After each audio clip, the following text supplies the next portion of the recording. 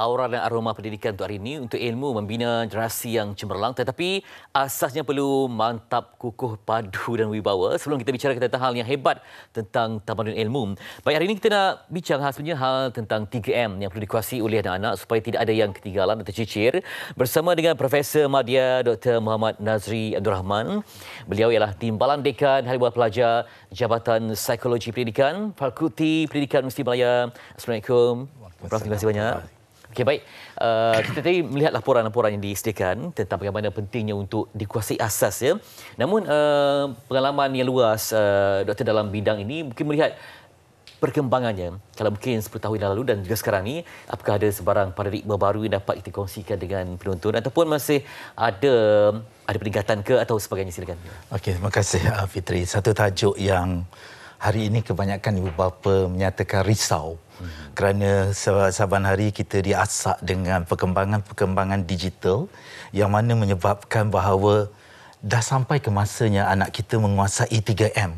Walaupun pada usia 3 tahun kadang-kadang ibu bapa dah risau. Dia tak boleh mengenal huruf A, B, C, 1, 2, 3. Kadang-kadang kita rasakan, kita kena hantar untuk kelas tambahan untuk asak dia dengan, kena hantar kepada daycare yang adanya pembelajaran 3M.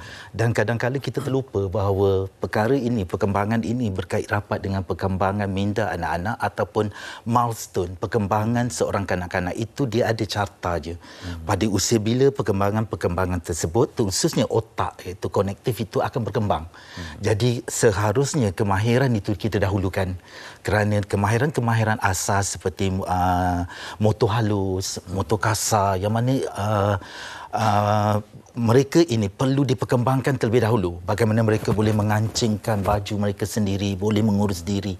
Dan kemahiran-kemahiran ini secara tidak langsung akan membolehkan anak-anak ini menguasai secara tidak langsung kemahiran mengira, membaca, kerana minat itu akan mula timbul. Jadi itu sebabnya kalau ibu bapa mula risau, boleh tak boleh, sebenarnya kita boleh seimbangkan dahulu. Seimbangkan. Tapi kalau ibu bapa rasa macam adakah terlalu dia tergesa-gesa menyatakan bahawa anakku ni slow learner lah, sebab mungkin kerana ada perbandingan di situ. Dia melihat anak orang ni laju dah 6 tahun dah boleh membaca, mengira, menulis, tapi anak dia masih lagi tercari-cari, kan, kebolehan itu. Jadi macam mana kalau ada kebimbangan isu seperti slow learner? Sebenarnya pertama sekali kita perlu lihat tahap perkembangan anak itu mengikut usianya.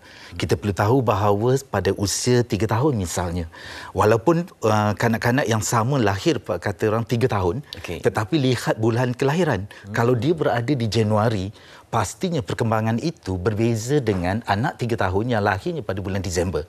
Jadi apa yang berlaku di sini adalah kemahiran yang berbeza, perkembangan yang berbeza. Jadi kadang kita menyatakan bahawa anak saya tak boleh bercakap lagi. Anak saya membaca pun tak dapat lagi nak mengenal pasti mengingat.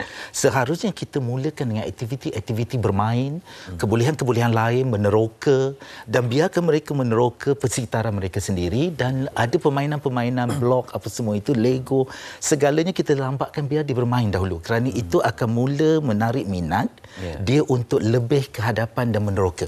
Kalau misal kata yalah, mungkin anak-anak pada usia 7 tahun tapi dah diberi tekanan ada KPI yang tinggi, sebab mungkin kerana bila masuk darjah 1 ada murid yang dah boleh buat macam-macam, ya, sebab mungkin kerana dia bermula awal, jadi darjah 1 tu dah siap sedia dah. Mungkin nampak advance, tapi anak-anak yang macam ketinggalan. Jadi apa yang ibu bapa perlu buat supaya dia dapat bersama-sama dalam kelas? Kadang kelas ni ada yang A+, ya. Ada yang mungkin nak dapat E pun payah. Jadi macam mana itu? Yang pertama sekali adalah kesedaran ibu bapa. Ibu bapa perlu mendampingi dan mengetahui tahap perkembangan anaknya itu. Dan tak perlu risau. Dan saya juga sentiasa mengusulkan kepada guru dan pakar guru bahawa melihat perkembangan anak murid di dalam kelas itu jangan dilihat secara sama. Kerana perkembangan mereka berbeza dan setiap perkembangan mereka ini perlu untuk mereka dikembangkan. Jadi kalau murid yang laju, kita lajukan dia dengan kemahiran-kemahiran dia. Yang lambat sedikit ini jangan ditinggalkan. Kerana dia akan berkembang atau kembang pada masanya. Kita lihat kalau misalnya analogi mudahnya iaitu kalau bunga itu bila dia nak berkembang, pada masa dia berkembang dia akan berkembang.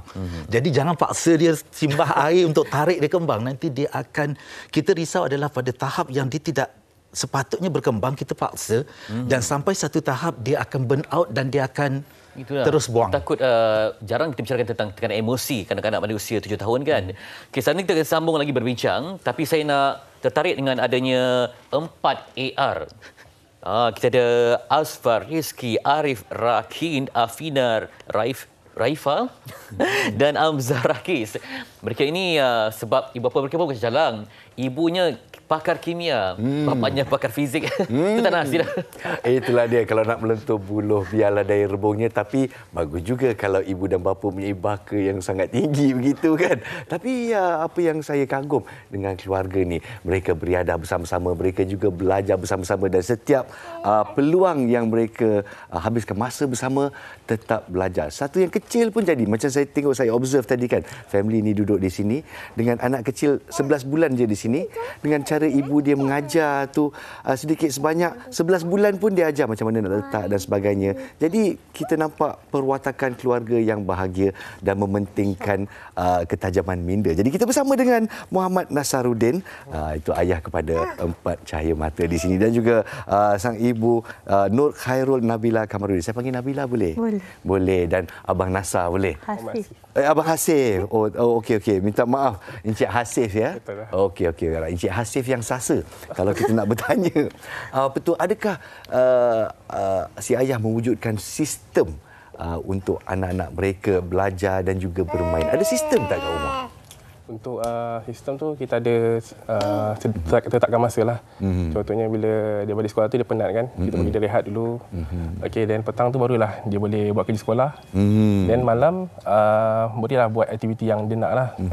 Contohnya apa yang dia tak dapat belajar di sekolah, dia akan belajar bersama kami di rumah lah pada waktu malam. Begitu ya. Jadi saya difahamkan anak-anak kita ni perlukan satu sistem yang sekata, yang konsisten, barulah kita boleh nampak minda ni berkembang. Jadi untuk mendidik anak-anaknya, lebih kepada ayah ke lebih kepada ibu? Lebih kepada ibu. Lebih kepada ibu. Tak ada salah di sana. Tak ada di sana. Ayah hanya handle sistem dan kena bayar segala-galanya lah. Betul. Manager. Jadi kita nak mungkin bertanya kepada anak-anak dulu sebelum kita bertanya kepada ibu. Kita nak bertanya kepada adik Asfar Rizky. Angkat tangan sikit. Ya, umur berapa Encik Asfar? Saya darjah 4. Darjah 4. Maknanya 10 tahun lah. Okey. Sekarang kali ni dia bayangkan macam karaoke. Kita kena guna mikrofon bila bercakap. Boleh? Boleh. Alhamdulillah. Jadi sekolah di mana? Sekolah di SK Jalan Datuk Palembang. SK Datuk Palembang? Okey, dekat Melaka ya? Ya. Okey. Jadi cita-cita nak besar nanti nak jadi apa? Nak besar, nak jadi saintis. Saintis ya? Jadi sebagai seorang saintis, dia ada bawa bahan-bahan bukti, dia juga ada di sini. Boleh tak kita tunjuk sikit bahan-bahan bukti anda yang anda bawa? Boleh tak cerita sikit? Macam kat sini kita nampak angka buka. Angka buka, awak cerita sikit boleh? Okey. Apa yang kita ada di sini? Wow, macam-macam jenis batu. Boleh cerita sikit tentang batu-batu ni? Ni batu saya dapat dari pelbagai sumber, beli atau daripada keluarga.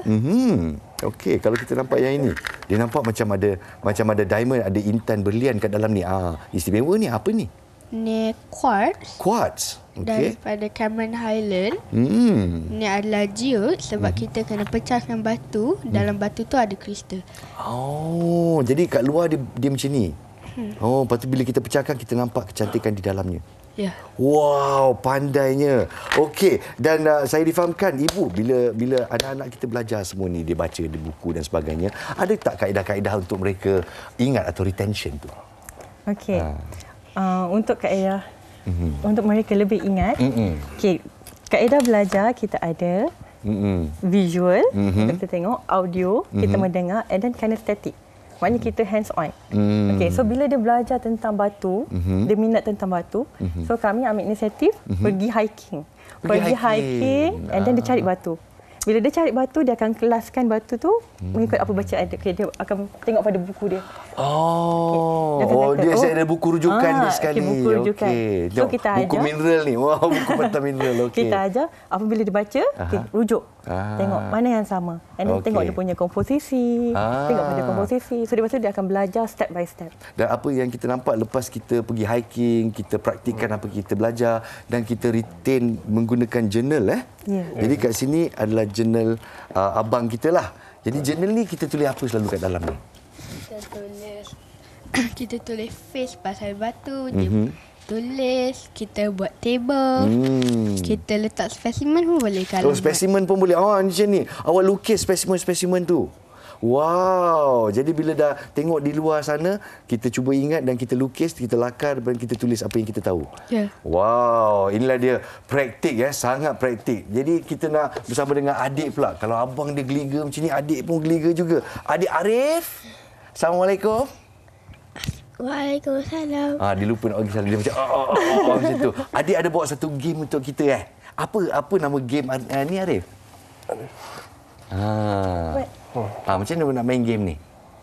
Yang ni rumah sah, yang ni rumah pulau, jadi ini rumah ni rumah atas. Yang ini pula suka matematik ya? Betul lah. Okey, apa ujian yang kita boleh bagi kat dia kat sini? Bagi nombor dan dia akan susun ikut ni lah. Okey, alat saya yang ada. bagi nombor 1 sampai berapa? 1 sampai 3 angka. 3 angka 125. Okey, 125. 125 macam mana? Yang ini 100. 10, 20, 1, 1, 2, 3, 4, 5. Jadi kalau kita tunjuk kat dalam ni, tunjuk sikit kat kamera. Alamak, jatuh. Biji-biji dia jatuh pula. Tapi inilah dia menggunakan kaedah visual ya. Betul. Untuk nombor. Jadi nak tanya, adik Arif suka nombor ke suka perkataan? Kena guna mikrofon. Dia lebih suka nombor ke perkataan?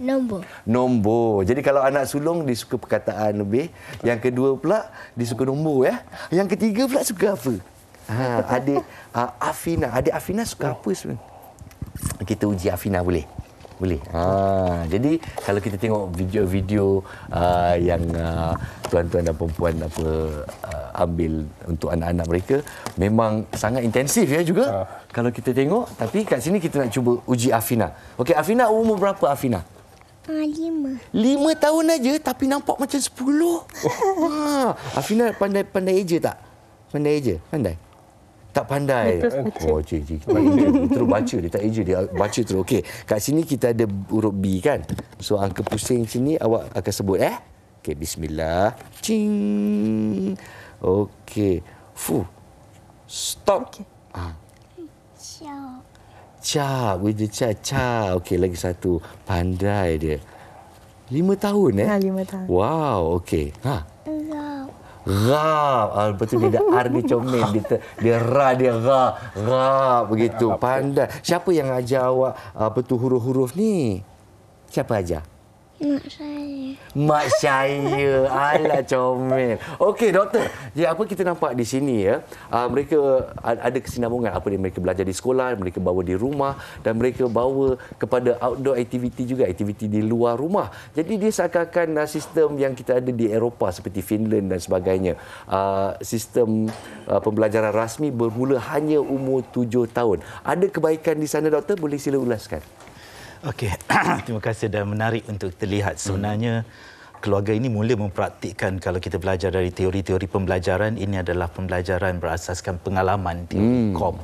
Yang mana didedahkan dahulu anak-anak ini kepada pengalaman-pengalaman pembelajaran melalui persekitaran.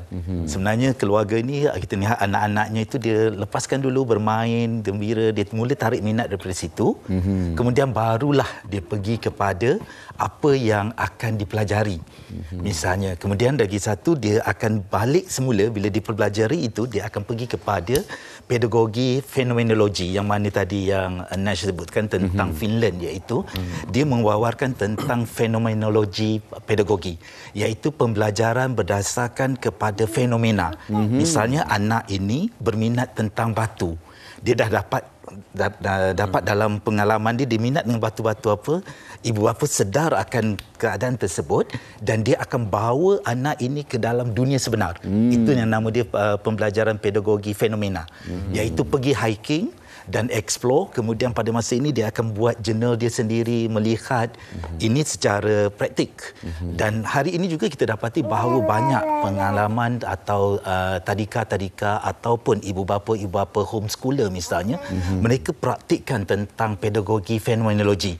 Dan apa yang berlaku adalah smartphone menjadi sasaran mereka, di mana anak ini terus saja explore di smartphone itu dan catch gambar tersebut dan upload melalui website, dan dia akan keluar keluar semua maklumat. Jadi ini yang dikatakan bahawa kemahiran itu perlu diselarikan, dan menarik bila saya tengok keluarga ini dapat mengenal pasti di peringkat awal potensi dan kecenderungan minat setiap anaknya. Maksudnya anak yang pertama ni lebih kepada outdoor dan dia lebih kepada minat yang saintifik. Satu dia ada justifikasi kenapa batu ini adanya berjadi begini, batu ni begini. Yang anak kedua matematik, dia terus kembangkan otak matematiknya, minda matematiknya. Jadi itu yang menarik. Ya, melihat potensi anak masing-masing dan juga mungkin yang nombor 4 ni dia minat artistik kot. Tak. Dia minat meronta-ronta setakat ni. Mungkin akan jadi seorang artis. Kalau ibu bapa punya itulah satu kemahiran ya, sentiasa upgrade untuk memahami perubahan zaman. Kita harapkan nanti ada perbincangan yang berikutnya lah supaya kita dapat tambah ilmu untuk anda penonton dan juga dapat kita perkasakan ilmu di sekedar peringkat usia. Terima kasih untuk Profesor Madya Dr. Muhammad Nazri Abdul Rahman yang merupakan Timbalan Dekan Haiwan Pelajar bagi Jabatan Psikologi Pendidikan Fakulti Pendidikan Musim Malaya berkongsi fikrah dan juga ilmu untuk hari ini. Terima kasih Doktor. Sama-sama. Dia nak dukung. Terima kasih. Saya nak cuba angkat budak ni, tapi dia lebih suka pen dia sekarang, dia nak isap pen ni. Jadi kita ucapkan terima kasih kepada keluarga bahagia ini, terutamanya kepada bintang-bintang utama. Angkat tangan sikit, Encik Asfar Rizki, Encik Arif Rakin, Afina Rifa dan juga Amzah Rakis. Angkat tangan sikit. Terima kasih kepada ibu dan ayah yang tersayang juga.